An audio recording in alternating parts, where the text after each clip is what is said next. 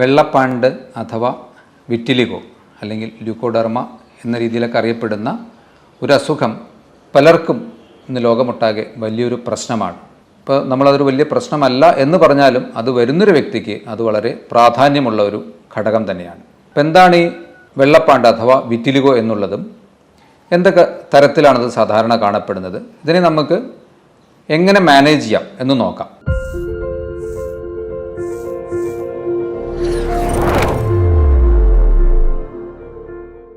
Hello friends, ഞാൻ doctor Abhiram. വെള്ളപ്പാണ്ട് അഥവാ vitiligo അല്ലെങ്കിൽ ല്യൂക്കോഡെർമ എന്ന രീതിയിലൊക്കെ അറിയപ്പെടുന്ന ഒരു അസുഖം പലർക്കും ഇന്ന് ലോകമൊട്ടാകെ വലിയൊരു പ്രശ്നമാണ്.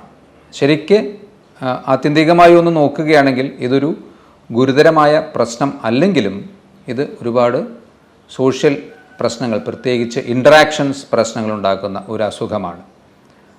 അതുകൊണ്ട് തന്നെ ഇപ്പോൾ നമ്മളതൊരു വലിയ പ്രശ്നമല്ല എന്ന് പറഞ്ഞാലും അത് വരുന്നൊരു വ്യക്തിക്ക് അത് വളരെ പ്രാധാന്യമുള്ള ഒരു ഘടകം തന്നെയാണ്. ഇപ്പം എന്താണ് ഈ വെള്ളപ്പാണ്ട് അഥവാ വിറ്റിലിഗോ എന്നുള്ളതും എന്തൊക്കെ തരത്തിലാണത് സാധാരണ കാണപ്പെടുന്നത്, ഇതിനെ നമുക്ക് എങ്ങനെ മാനേജ് ചെയ്യാം എന്ന് നോക്കാം. നമ്മുടെ ശരീരത്തിന് അതിൻ്റേതായിട്ടുള്ളൊരു കളർ നൽകുന്ന മെലാനിൻ ഗ്രന്ഥികൾ ഉൽപ്പാദിപ്പിക്കുന്ന മെലനോസൈറ്റ്സിൻ്റെ കുറവോ അല്ലെങ്കിൽ അവയുടെ ശരിയായ രീതിയിൽ പ്രൊഡക്ഷൻ ഇല്ലായ്കയോ അല്ലെങ്കിൽ ആ ഗ്രന്ഥികൾ മൊത്തമായി നശിച്ചു പോകുന്ന അവസ്ഥയോ, ഇതാണ് വിറ്റിലിഗോ എന്ന ഒരവസ്ഥയിലേക്ക് നയിക്കുന്നത്. ഇത് സാധാരണ ബാധിക്കുന്നത് നമ്മളുടെ ചർമ്മത്തെ ആണെങ്കിലും അതിനോട് കൂടെ തന്നെ നമ്മുടെ മുടിയിലും ഇത് നരയ്ക്കുന്ന ഒരവസ്ഥയുണ്ടാക്കാം. അതുപോലെ തന്നെ ആന്തരിക ചർമ്മമായ മ്യൂക്കസ് മെംബ്രെയിനെയും ഇത് ബാധിക്കാം. പ്രത്യേകിച്ച് പലരുടെയും നിങ്ങൾ ശ്രദ്ധിച്ചിട്ടുണ്ടാകും, ഈ ചുണ്ട് അതിൻ്റെ വായ്ക്കകത്തൊക്കെ തന്നെ ഈ ഒരു വൈറ്റിഷ് പാച്ച് കാണാനുള്ള സാധ്യതയുണ്ട്. അതുപോലെ ജനനേന്ദ്രിയ ഭാഗങ്ങളിലും ഒക്കെ ഈ ഒരു വിറ്റിലിഗോ കാണാനുള്ള സാധ്യതയുണ്ട്. ഇത് കൂടുതലും കാണപ്പെടുന്നത് ഒരു 30 വയസ്സിന് താഴെയുള്ള ആൾക്കാരെയാണ്. എന്നാൽ കാലക്രമേണ പ്രായം കൂടുന്നതിനനുസരിച്ചിട്ട് ഇത് പലർക്കും വേണ്ട രീതിയിൽ മാറാതെ നിൽക്കുന്നത് കൊണ്ട് മെല്ലെ മെല്ലെ ദേഹമൊട്ടാകെ വ്യാപിക്കുന്ന ഒരവസ്ഥയിലേക്കും പോകാം. ഇതിൻ്റെ ടൈപ്സ് നോക്കുകയാണെങ്കിൽ, ഒന്ന് യൂണിവേഴ്സൽ വിറ്റിലിഗോ, അതായത് ദേഹമൊട്ടാകെ ഈ വെള്ള കളർ വ്യാപിക്കുന്ന ഒരവസ്ഥ, അതിന് യൂണിവേഴ്സൽ വിറ്റിലിഗോ എന്നാണ് പറയുന്നത്. 2 ജനറലൈസ്ഡ് വിറ്റിലിഗോ, ഇത് കൂടുതലും സിമെട്രിക്കൽ അല്ലെങ്കിൽ 2 വശങ്ങളിലും ഒരുപോലെ ഒരു സ്ഥലത്ത് കാണുമ്പോൾ ഓട്ടോമാറ്റിക്കലി മറ്റേ സ്ഥലത്തും കുറച്ച് കഴിയുമ്പോൾ കാണപ്പെടുന്നു. ആ രീതിയിൽ ശരീരത്തിൻ്റെ പല ഭാഗങ്ങളെയും ബാധിക്കുന്ന ഒരവസ്ഥ, അത് ജനറലൈസ്ഡ് വിറ്റിലിഗോ എന്ന് പറയുന്നു. 3 സെഗ്മെൻ്റൽ വിറ്റിലിഗോ, അതായത് ശരീരത്തിൻ്റെ ഏതെങ്കിലും ഒരു ഭാഗത്തെ മാത്രം ബാധിക്കുന്ന ഒരു അവസ്ഥ, സെഗ്മെൻ്റൽ വിറ്റിലിഗോ എന്ന് പറയാം. ലോക്കലൈസ്ഡ് വിറ്റിലിഗോ, ഏതെങ്കിലും ഒരു ചെറിയ ഒരു ഭാഗത്ത് മാത്രം, സെഗ്മെൻ്റൽ എന്ന് പറയുമ്പോൾ ആ ഒരു ഭാഗം മൊത്തമായിട്ട് ചിലപ്പോൾ ബാധിക്കാം. ലോക്കലൈസ്ഡ് വിറ്റിലിഗോ, ഏതെങ്കിലും ഒരു ചെറിയ ഭാഗത്തെ മാത്രം ബാധിക്കുന്ന വിറ്റിലിഗോ അല്ലെങ്കിൽ വെള്ളപ്പാണ്ട്. എക്രോ ഫേഷ്യൽ വിറ്റിലിഗോ, ഇത് കൂടുതലായും കൈകളിലും മുഖത്തും അതിൻ്റെ കൂടെ തന്നെ ചിലപ്പോൾ കാലുകളിലും അതുപോലെ തന്നെ ബോഡി ഓപ്പണിങ്സ് ഉള്ള സ്ഥലങ്ങൾ, അത് നമ്മുടെ കണ്ണിൻ്റെ ചുറ്റും, ചെവി, വായുടെ ചുറ്റും, ജനനേന്ദ്രിയ ഭാഗങ്ങളിൽ അവിടെയൊക്കെ വരാവുന്ന എക്രോഫേഷ്യൽ എന്ന ഒരു ടൈപ്പുമുണ്ട്. ഇതാണ് സാധാരണ, ഇത്രയും ടൈപ്സാണ് സാധാരണ വിറ്റിലിഗോന് കാണപ്പെടുന്നത്. ഇത് ഒരു ഓട്ടോ ഇമ്മ്യൂൺ ടെൻഡൻസി മൂലമുണ്ടാകുന്ന ഒരു അസുഖമാണ്. അതായത് നമ്മുടെ ശരീരത്തിലെ മെലനോസൈറ്റ്സ് ഉൽപ്പാദിപ്പിക്കുന്ന ഗ്രന്ഥികളെ ചില കാരണങ്ങളാൽ ശരീരം തന്നെത്താനെ നശിപ്പിച്ച് കളയുന്ന ഒരവസ്ഥ. ഇതിന് കാരണങ്ങളായിട്ട് ഇതിൻ്റെ കൂടെ വേണമെങ്കിൽ പറയാവുന്നത് അമിതമായ സൺ എക്സ്പോഷർ, വെയിൽ കൊള്ളുന്നത് കൊണ്ടോ ചില കെമിക്കൽ എക്സ്പോഷർ മൂലമോ, നിരന്തരമായ ചില കെമിക്കൽസുമായി കോണ്ടാക്റ്റ് വരുന്നത് മൂലമോ, അല്ലെങ്കിൽ മേജറായിട്ടുള്ള ഒരു ആക്സിഡൻറ്റിനോ അല്ലെങ്കിൽ ചില ശരീരത്തിലുണ്ടാകുന്ന മുറിവിൻ്റെ പാടുകളിലൊക്കെ ചിലർക്ക് ഇത്തരത്തിൽ ഈ ഒരു അസുഖം വരാൻ സാധ്യതയുണ്ട്. അതുപോലെ തന്നെ അമിതമായ മാനസിക സമ്മർദ്ദം റിലേറ്റഡ് ആയിട്ടും, ഇത് കൂടാതെ ജനറ്റിക് പ്രിഡിസ്പോസിഷൻ, പാരമ്പര്യമായി തൊട്ടു മുന്നേയുള്ള തലമുറകളിലൊക്കെ അടുത്ത ബന്ധുക്കൾക്ക് ഇതുപോലെയുള്ള ഒരു അസുഖം ഉണ്ടെങ്കിലും ആ ഒരു ജനറ്റിക് ടെൻഡൻസി മൂലവും ഈ ഒരു വിറ്റിലിഗോ വരാനുള്ള സാധ്യതയുണ്ട്.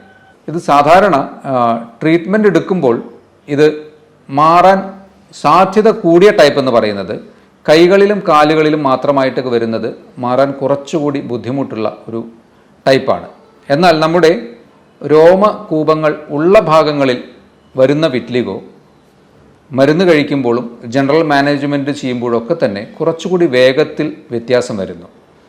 ഇത് ക്ലിയർ ചെയ്യുന്നത് സാധാരണ അതിൻ്റെ ഒരു സർക്കംഫറൻസ് കുറഞ്ഞുകൊണ്ടോ അല്ലെങ്കിൽ അതിൻ്റെ കളർ മെല്ലെ മെല്ലെ മങ്ങിയിട്ടൊക്കെയാണ് ഈ ഒരു അസുഖം ക്ലിയർ ചെയ്യുന്നത്. അതായത് സെൻട്രലി ആ ഒരു ചുറ്റുമുള്ള പാട് ഉള്ളിലേക്ക് മെല്ലെ മെല്ലെ നോർമൽ സ്കിന്നിലേക്ക് വരുന്ന രീതിയിലാണ് അത് ക്ലിയർ ചെയ്യുന്നത്. അതും കൂടുതലായിട്ട് ഈ രോമകൂപങ്ങൾ ഉള്ള ഭാഗങ്ങളിൽ കുറച്ചുകൂടി ഫാസ്റ്റായിട്ട് ക്ലിയർ ചെയ്യാനുള്ള സാധ്യത കൂടുതലാണ്. ഇനി പലപ്പോഴും ഈ വെള്ളപ്പാണ്ട് ആണ് എന്ന് തെറ്റിദ്ധരിച്ച് പേഷ്യൻസ് വന്ന് പറയാറുള്ള ഒരു പ്രധാനപ്പെട്ട വേറൊരു കണ്ടീഷൻ ഇഡിയോപ്പതിക് ഗട്ടേറ്റ് ഹൈപ്പോമെലനോസിസ്. ഇത് വളരെ പെട്ടെന്ന് വെള്ളപ്പാണ്ടാണ് എന്ന് തെറ്റിദ്ധരിക്കാൻ സാധ്യതയുള്ള, എന്ന് വെച്ചാൽ അതിനെപ്പറ്റി ആദ്യമായിട്ട് ആ പേഷ്യൻ്റ് കാണുമ്പോൾ ഈ ഒരു വെള്ളപ്പാണ്ടിൻ്റെ തുടക്കമാണല്ലോ എന്ന് ഭയപ്പെടാൻ സാധ്യതയുള്ളതാണ്. അത് ചെറിയ വട്ടത്തിലുള്ള വളരെ പിൻ പോയിൻ്റോ അല്ലെങ്കിൽ കുറച്ചും കൂടി ഒരു 2 മില്ലിമീറ്റർ അല്ലെങ്കിൽ മാക്സിമം ഒരു 0.5 സെൻറ്റിമീറ്ററൊക്കെ വലുപ്പത്തിലുള്ള വട്ടത്തിലുള്ള കുത്തുകൾ ശരീരത്തിൽ പല സ്ഥലത്തും വരാനുള്ള സാധ്യതയുണ്ട്. ഇത് പലപ്പോഴും വെള്ളപ്പാണ്ടാണോ എന്ന് തെറ്റിദ്ധരിക്കപ്പെടാം. പക്ഷേ ശരിക്ക് അതൊരു വെള്ളപ്പാണ്ട് പോലെ പ്രോഗ്രസീവ്ലി സ്പ്രെഡ് ചെയ്യുന്ന ഒരു അവസ്ഥയല്ല. അത് കുറച്ച് കുത്തുകളായിട്ട് അവിടെ എവിടെയും പ്രത്യക്ഷപ്പെടാം. ചിലപ്പോൾ കുറച്ചും കൂടി കുത്തുകൾ ഉണ്ടാവാം. അത് ഏജ് അഡ്വാൻസ് ചെയ്യുന്നതിനനുസരിച്ചിട്ട് സാധാരണ ഒരു 40-ന് ശേഷമുള്ളതിനേക്കാളും എത്രയോ ഇരട്ടിയായിരിക്കാം ഒരു 70-80 വയസ്സാകുന്ന വ്യക്തിക്ക് ഇത്തരത്തിലുള്ള പാടുകൾ വരാനുള്ള സാധ്യത കൂടുന്നത്. അപ്പോൾ ഏജുമായി റിലേറ്റഡ് ആയിട്ടൊക്കെയാണ് ഈ ഒരു ഇഡിയോപ്പതിക് ഗട്ടേറ്റ് ഹൈപ്പോമെലനോസിസ് എന്ന ഒരു അവസ്ഥ വരുന്നത്. അതുകൊണ്ട് തന്നെ അതിന് കാര്യമായൊരു ട്രീറ്റ്മെൻറ്റ് എടുക്കേണ്ട ആവശ്യമില്ല. അതുപോലെ തന്നെ പിറ്റീറിയാസിസ് പോലെയുള്ള ചില ഇൻഫെക്ഷൻസ് അസുഖങ്ങളിലും ചുണങ്ങുമായി റിലേറ്റഡ് ആയിട്ടൊക്കെ തന്നെയും ഈ ഒരു വെള്ളപ്പാണ്ടാണ് എന്ന് തെറ്റിദ്ധരിക്കപ്പെടാൻ സാധ്യതയുണ്ട്. എന്നാൽ ഏറ്റവും കൂടുതലായിട്ട് ധരിക്കപ്പെടാൻ സാധ്യതയുള്ളത് ഇഡിയോപ്പതിക് ഗട്ടേറ്റ് ഹൈപ്പോമെലനോസിസ് ആണ്. ഇതിൻ്റെ ഒരു ട്രീറ്റ്മെൻറ്റിനെ കുറിച്ച് നമ്മൾ ചിന്തിക്കുമ്പോൾ ട്രീറ്റ് ചെയ്യാൻ കുറച്ച് ബുദ്ധിമുട്ടുള്ള ഒരു അസുഖമാണ്. അതിന് നമുക്ക് ഇൻറ്റേർണൽ മെഡിസിൻസ് അതുപോലെ തന്നെ എക്സ്റ്റേണലി അപ്ലൈ ചെയ്ത് നോക്കാവുന്ന ചില പ്രിപ്പറേഷൻസ് ഒക്കെ തന്നെയുണ്ട്. എന്നാലും ഇത് ആദ്യമേ പറഞ്ഞതുപോലെ ഒരു ഓട്ടോ ഇമ്മ്യൂൺ അസുഖമായതുകൊണ്ട് നമ്മൾ പ്രാഥമികമായി ചെയ്യേണ്ടത് നമ്മുടെ ഇമ്മ്യൂണിറ്റിയെ ശരിയായ രീതിയിൽ ഇൻടാക്റ്റാക്കി നിർത്തുക എന്നുള്ളതാണ്. അല്ലെങ്കിൽ ഇമ്മ്യൂണിറ്റിയെ വർദ്ധിപ്പിക്കാൻ പറ്റുന്ന രീതിയിലുള്ള ഒരു ലൈഫ് സ്റ്റൈൽ സ്വീകരിക്കുക. കാരണം ആ ഒരു ഇമ്മ്യൂണിറ്റി കുറച്ചും കൂടി ബൂസ്റ്റപ്പ് ആയാൽ മാത്രമേ നമുക്ക് ശരിക്കും ഇതിനെ ഫൈറ്റ് ചെയ്യാനുള്ള ഒരു ഇന്നേറ്റ് ആയിട്ടുള്ള ഒരു നാച്ചുറൽ ബോഡി ടെൻഡൻസി ഉണ്ടാവുകയുള്ളൂ. അപ്പോൾ അതിന് നിങ്ങൾ ചെയ്യേണ്ടത് ഭക്ഷണത്തിൽ വരുത്തേണ്ട ക്രമീകരണങ്ങളാണ്. ഭക്ഷണത്തിൽ ഫർദറായിട്ട് നമ്മുടെ ബോഡിക്ക് ഡാമേജ് വരാൻ സാധ്യതയുള്ള രീതിയിലുള്ള എല്ലാ ഭക്ഷണങ്ങളും ഒഴിവാക്കുക. അതിൽ പ്രത്യേകിച്ച് റിഫൈൻഡ് കാർബ്സും ജങ്ക് ഫുഡും ഫാസ്റ്റ് ഫുഡ് അല്ലെങ്കിൽ കാർബണേറ്റഡ് ഡ്രിങ്ക്സ് ഇതൊക്കെ തന്നെ ടോട്ടലി അവോയ്ഡ് ചെയ്യുക. മെൻ്റൽ സ്ട്രെസ്സ് വരാത്ത രീതിയിൽ ശ്രദ്ധിക്കുക. ഭക്ഷണത്തിൽ കൂടുതലായിട്ട് വെജിറ്റബിൾസും ഫൈബർ റിച്ച് ആയിട്ടുള്ള ഭക്ഷണങ്ങൾ മാക്സിമം ഉൾപ്പെടുത്താൻ ശ്രമിക്കുക. ഇതിൻ്റെ കൂടെ ട്രീറ്റ്മെൻറ്റിൽ നിങ്ങൾക്ക് ഉൾപ്പെടുത്താവുന്നത് മാക്സിമം നമ്മുടെ ചർമ്മത്തെ സപ്പോർട്ട് ചെയ്യാനും സംരക്ഷിക്കാനും സഹായിക്കുന്ന വൈറ്റമിൻസായ vitamin E, vitamin D, beta carotene, vitamin C ഇവയെല്ലാം റിച്ചായിട്ടുള്ള ഭക്ഷണം ശീലിക്കുക. ഇതിൻ്റെ കൂടെ ശരീരത്തിന് ഫർദറായിട്ട് നാശം വരുത്തുന്ന ഫ്രീ റാഡിക്കൽസിനെ ഒഴിവാക്കാൻ സഹായിക്കുന്ന ആൻറ്റി ഓക്സിഡൻറ്റ് റിച്ച് ആയിട്ടുള്ളത്, അതിൽ പ്രധാനമായിട്ട് ഈ പറഞ്ഞ വൈറ്റമിൻ ഇ, വൈറ്റമിൻ സി ഒക്കെ നല്ലതുപോലെ വർക്ക് ചെയ്യുന്നതാണ്. അതുകൊണ്ട് അത്തരത്തിലുള്ള ഭക്ഷണങ്ങൾ കുറച്ച് കൂടുതൽ ഉൾപ്പെടുത്തി ശീലിക്കുക. അമിതമായ എരിവ്, പുളി, മസാല അത് കൂടുതലായിട്ട് നമ്മുടെ ഇൻറ്റസ്റ്റൈൻസിനായാലും ജനറലായിട്ടും ഇറിറ്റേഷൻ വരുത്താൻ സാധ്യതയുള്ള സ്പൈസി ഫുഡ് മാക്സിമം ഒഴിവാക്കി ശീലിക്കുക.